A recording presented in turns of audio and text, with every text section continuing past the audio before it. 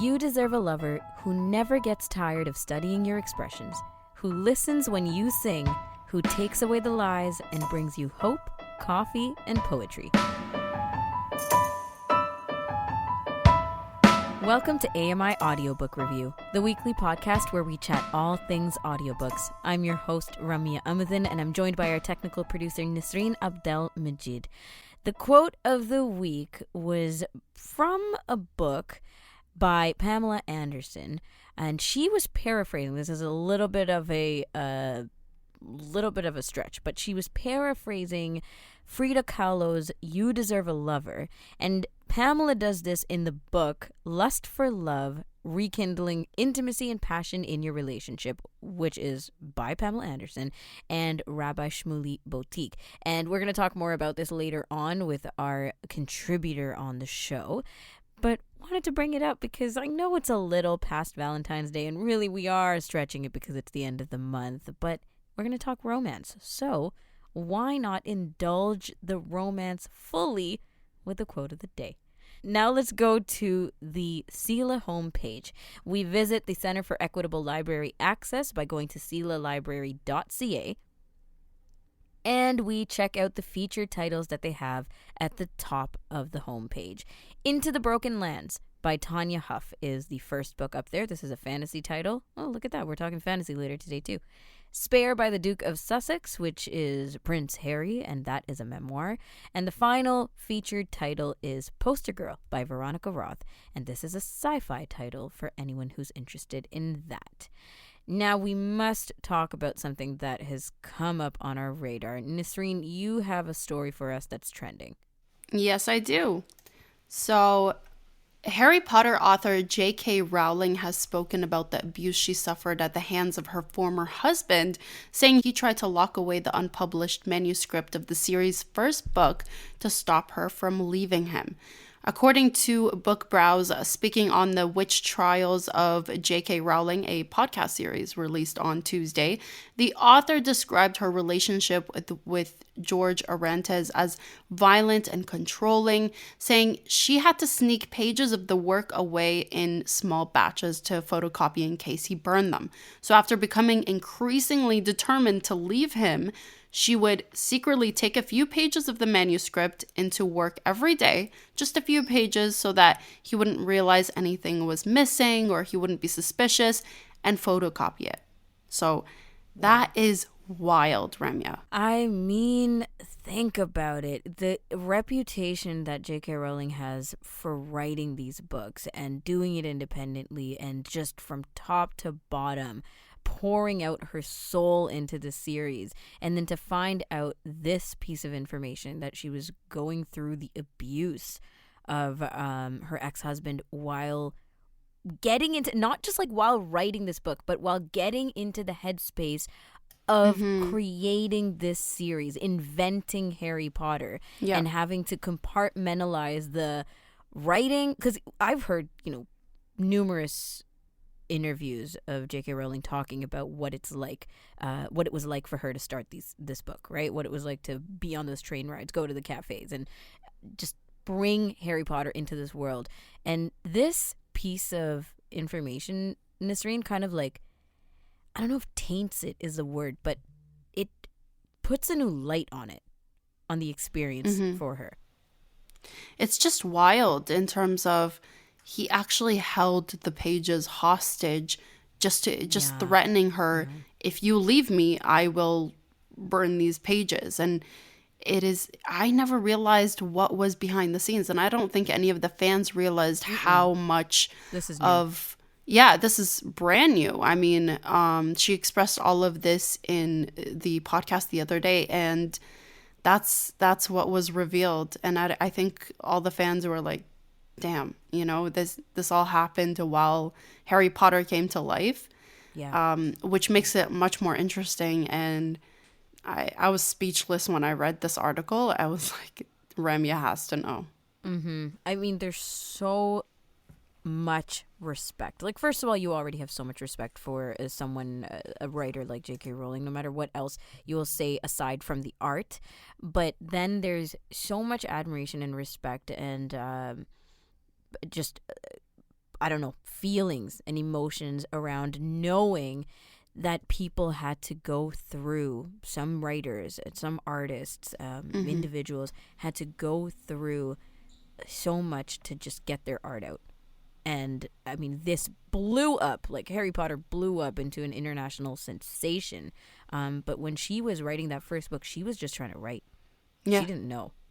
Yeah, and I think he slowly realized how much the manuscript meant to her, and Yeah, of that's why course. it became a big threat. Well, that's going to take a while to digest, Nis. Thanks for bringing it up. And on this episode of AMI Audiobook Review, we're going to talk more about authors, but a little more catered to the romance, the fantasy, and the mystery titles with Aamer Khan. This is AMI Audiobook Review.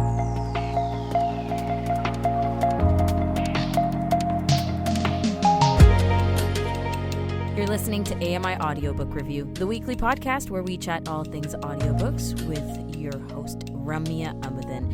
Now let's get into audiobooks with Aamer Khan. Aamer is an audiobook worm, as we refer to him here on the show, and he comes to us every month with his highs and lows of reading for the month. And the good, the bad, the ugly, and the learnings are all bound to come out.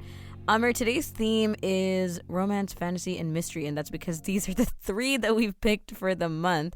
So where do you want to start? Because it's February, should we start with romance? Absolutely. That's Okay, exactly great. where I wanted to start. And we can start with a book that has a sort of a duo of co-authors which aren't exactly homogeneous. So the book is actually authored by Pamela Anderson and Rabbi Shmuley. One is Pause. obviously What a e- pair. exactly. So that was the first thing that caught my eye. As some Right. of you may know, Pamela Anderson recently published her own autobiography. I took a look at it on Sela, but it's not human narrated. So I took a look at some of the other titles, and this one really caught my eye because again, the pairing is just so different. It's a Playboy playmate and a Jewish rabbi writing a book together, and the book is actually has a very long title. I think for the short form, most people just call it Lust for Love. The full title is Lust for Love: A Rekindling Intimacy and Passion in Your Relationship. So it's a longer title, but I think it's pretty accurate. I didn't know exactly what to expect with this book, and the preface is interesting, and the whole book is actually interesting because each section is called out as to who is writing that section. So even the preface has both Pamela Anderson and Rabbi Shmuley's thoughts, and the quote that caught me that sort of sets the tone for the whole book is from Pamela's side, which says, when two people from radically different backgrounds wholeheartedly agree on something, listen closely because what they have to say just might be important. And it's such a great line. It's so deep and it's so sort of honest that it just got me from there, and I kept going. And the book is very multi-layered. To sum it up in sort of one or two lines, the book is sort of makes a case for monogamy and how to be more intimate with your partner in your relationship. I don't think this is strictly for couples. I'm single, and I got a lot out of this book. And last year, we and a couple of years ago during Amer's Evening Book Club, we have looked at similar books in terms of, Gary Chapman's Five Love Languages or Modern Romance by Aziz Ansari. And this book Those goes, were good books too, yeah, but this on the one is romance so side. much better. So Yeah? yeah, In what so way? out of the three, it goes a lot deeper. I'm a sucker for poetry, and there's quite a bit in this particular book. There's a lot of quotes. Modern romance from Aziz Ansari's side had a lot of facts and figures and about how sort of romance has changed throughout time. And there's a lot of that in this book too, but it's just done in such a way that it just keeps you captivated from both the voices of Pamela Anderson and Rabbi Shmuley. So And is there a lot of psychology? Because when I think of modern romance and Five Love Languages, the first thing I think of is the romance psychology and breakdown of concepts to kind of help you along in your relationship and intimacy. Is that still a big part of this yes, duo? it Okay. is, but without sort of bogging you down with terms that you don't understand. It's a very practical look at things about why certain people do certain things and why some people may do things subconsciously and what makes people happy in general. There's a lot of talk about basically things being sort of instant gratification in modern times versus not, and how to combat that. Um, I, I'm not much of a celebrity watcher, so I didn't know that Pamela Anderson actually has two sons, which are also referenced in the book in terms of how she wanted to raise her sons. And it brings together another lens too with a lot of these celebrity books that have been coming out in terms of autobiographies, is that the person that you see on screen may not be the person that is actually, maybe a completely different person than the person in real life. Most often, yeah. And you see a great example of that in this particular book. It's a very articulate book, much more so than either of the two other ones I referenced. Much deeper in terms of literary references. But it's not just about quoting poetry and things. They actually go to different cultures as well, which I thought was really great. There's a story of Dakota's First Nations story in there, and all sorts of other sort of borrowing things from different cultures and different places throughout human history, which I found was fascinating. All right. Well, I mean, if people are still, even though it's post Valentine's Day, if people are still in the vibe for it, I'd say check it out. And especially if you were part of our book club and read the other two books, Five Love Languages and Modern Romance, which you made a direct comparison with. All right, Aamer, we're moving to fantasy now. We're moving to fantasy. This is the Ember in the Ashes series by Sabaa Tahir. Sabaa Tahir is relatively famous in the sci-fi fantasy world. I had never picked up a book from her before, so I wanted to do that. And I was hooked after the first book. There's a lot of sort of historical fiction pieces to her stories. There's a lot of storytelling in her stories.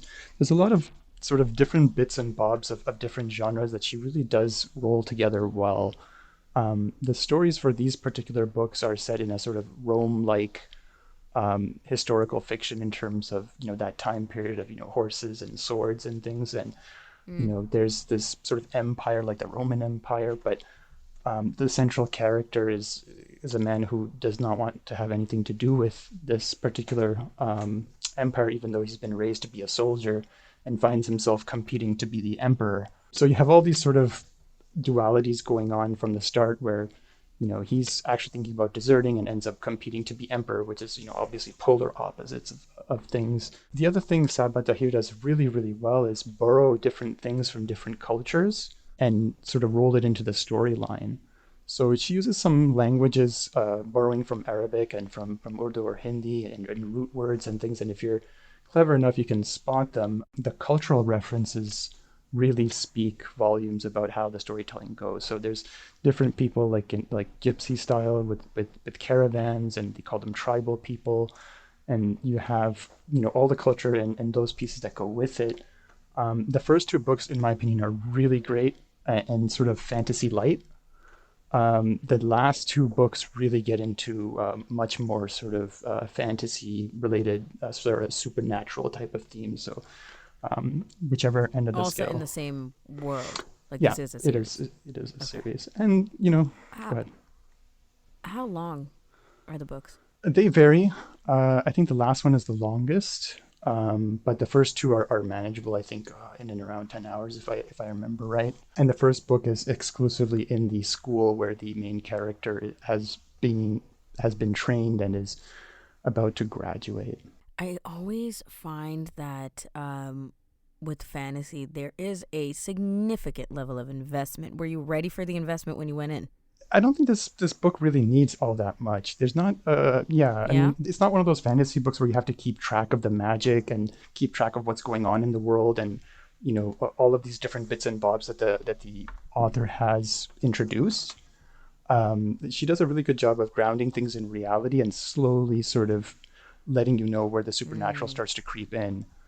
So there's not a lot of, like, okay, I need to, clear my mind and get ready to absorb lots of things because I don't, there's going to be a whole bunch of things thrown at me. You really don't get that sense with her with her book, especially for the first two. But it's a fun ride. It's one of those action adventure stories where you don't know what's going to happen next, and you have the other main character who is a girl who is looking for her brother and ends up at the same school. I won't give too much away, but you have all these sort of pieces, and you're always curious about what's going to happen to these characters, and a whole lot does happen to them. So Were you drawn by the characters, by the protagonists? yeah, I mean, it's the whole package with this particular series, right? You have your amazing characters, which are grounded in reality.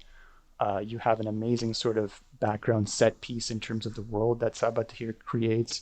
Then you have these cultural pieces. You have great bad guys, which you become invested in seeing, go down, and you're hoping they go down. And you have this whole structure that she puts together where you're like, okay, well, how is the world going to change? Because obviously there's people here who want to change it. Mm-hmm.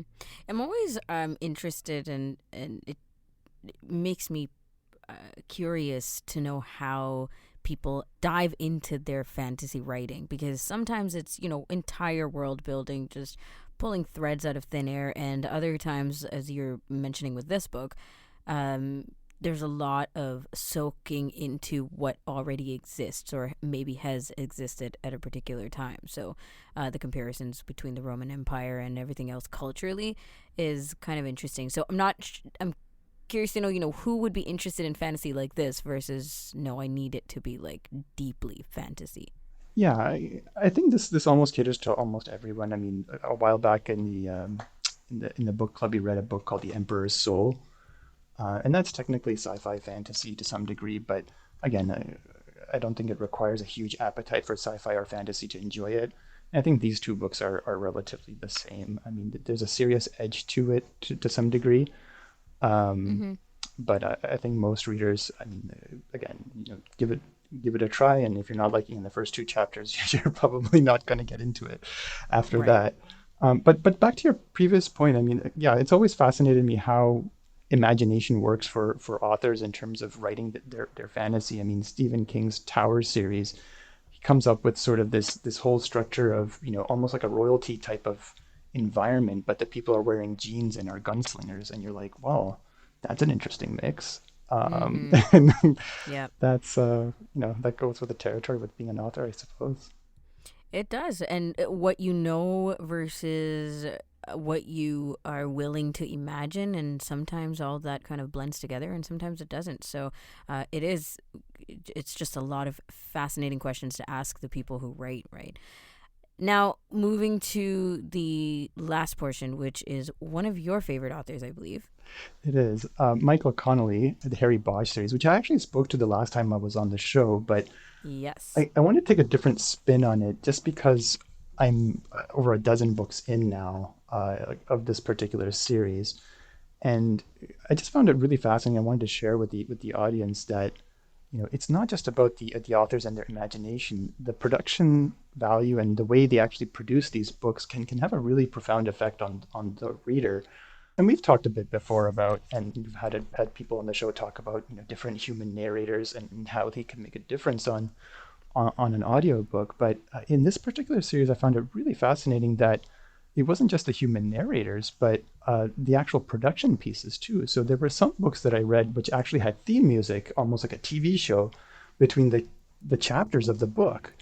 And some people might find it somewhat distracting. Some people might find it a little cheap. But others people might really enjoy it. So that sort of struck me with that particular copy. Another book I read had a sort of inscription at the beginning from the human narrator that said that he was human narrating the book because the usual human narrator was not available. And I thought that was kind of fascinating. I'm like, he's almost apologizing for doing the human narration because the other guy is not available. So honestly didn't really see a difference between the two human narrators. I think they were both fantastic, but it was just one of those things that caught me off guard when I was reading the book. And most recently, this one was really interesting, which I haven't come across before, which is that the main character, Harry Bosch, in the books is a big fan of jazz. And, he plays various jazz artists on his record player, Art Pepper, and some of the more classic jazz musicians. But one of the people he listens to is Frank Morgan, who is actually alive. and or alive at the time of the books. And the one of the books that has been authored, they actually put hit Frank Morgan as part of the soundtrack or theme of the book. So he's a saxophone artist, and there's a little bit of saxophone before and after every chapter. So that was that was a really unique sort of way to produce an audiobook where you have a character who really enjoys Frank Morgan and you have Frank Morgan actually providing the track for it. I find myself asking this question when I listen to audiobooks or just any kind of production, to be honest. This does not stop at audiobooks. To say, is this meaningful, right? Like, is this piece of creativity helping the listener in whatever way? Is it making that impact on the listener? And I know that so much of this is left for interpretation. But as a bit of an audio geek, I often wonder, and especially if it doesn't work for me, it doesn't mean that it doesn't work for somebody else, but to think like, how is this, what is the layer that this is adding to the production? And I'm curious about your take on these little bits of, I don't know, color in this production. Yeah, I like to take them in stride, but at the same time, I'm always curious about who makes those types of decisions, right? In terms of, I've read audiobooks where the only sort of quote unquote sound effect is when the person's on the phone. So when the character in the book is on the phone, it sounds like they're on the phone. It has a sort of tinny quality with the sort of static quality to it. And I'm like, well, why did they choose that one effect for the entire book? I don't get it. Another Harry Bosch book that I read actually had a really interesting one, which I haven't seen before in any other book yet, which was when the main character is actually reading a letter. And this is something I've seen done in TV, but never in an audiobook, where you have that sort of echoey quality, so you can tell the difference between the main character reading the letter in their head versus out loud. There's probably some technical term for that, which I don't know, but I found that really cool. I was smiling when I saw that. I'm like, oh, because there is like the neat. translation of reading visually to reading audio, right? Listening to audio. And sometimes that translation is like, how can we make it so that people know that there's a difference of thought, like internal thought versus external dialogue? And that's always interesting to me when it's done production. Or is it better for people when it's done as just a performance aspect? Right? It's so interesting because now as we move into higher production quality and just more and more being able to be done, does it actually make a difference in the way that we hear the book? Yeah, and it also makes me curious about books I've read when I was cited versus what the audiobook might contain now. The book that comes to mind for me right now is Patriot Games by Tom Clancy. And I remember reading that book in high school, and there's a scene where a grenade goes off, and the way they've written it in the pages is that it's basically 4 lines of blank space with the word boom in like capital letters and bolded, which is odd for a book. You typically don't see that visually. So I'm really curious how that would be done in an audio format, or if anything was done at all. Yeah. And maybe I'm just a purist in some ways. Like, I love my audio dramas. I love the production value. But with audiobooks, I'm always much more impressed by the narrator and by what the narrator is able to offer me, and just keep it in that realm versus a lot of the extra stuff. Now, however, I have enjoyed duo narration and multiple narrators on projects, but I think as a just a satisfaction thing, I love it when a narrator can offer me the book like storytelling. Yeah, and I think it's a fine line. I mean, there's certain things and certain ways authors have written things, and I'm always sort of thinking about that in the back of my head when there's some lines in the book that says, oh, the person was stuttering, and the human narrator actually stutters first, so it's almost repetitive, but at the same time you're like, yeah, it just wouldn't be the same if they didn't stutter. So right, exactly, they take you there. That's so funny. Because I'm sure if they didn't stutter, we'd be like, but why didn't you make that choice? Oh, man. See, these are things we can follow up with our Know Your Narrators segment. Sarah Hill is highlighting our narrators. Aamer, so cool. Any final thoughts? We're wrapping up here. I just wanted to say, going back to Lust for Love by Pamela Anderson and Rabbi Shmuley, it was an interesting choice for the human narration because it's not them actually human narrating the book. But there is a male and female voice for the human narration, which both do a tremendous job of narrating the book, which I did want to point out. Okay, great. So they're not self-narrating. Okay, got it. Thank you.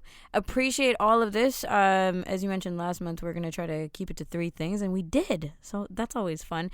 We will chat with you next month. Sounds great. Looking forward to it. Aamer Khan joining us on the last episode of the month. And remember that we do have the Kelly and Ramya book club that falls on the same day and same night as the Aamer Evening Book Club on the last Tuesday of the month. And the book for this month is I'm Glad My Mom Died by Jeanette McCurdy, and recommended to us by our very own Nisreen Abdelmajid. We'll discuss that on Kelly and Ramya next week. And next week on this show, we have our CELA Talk with the Center for Equitable Library Access. Karen McKay and Teresa Power will be joining us then. And until next time, happy audiobook listening.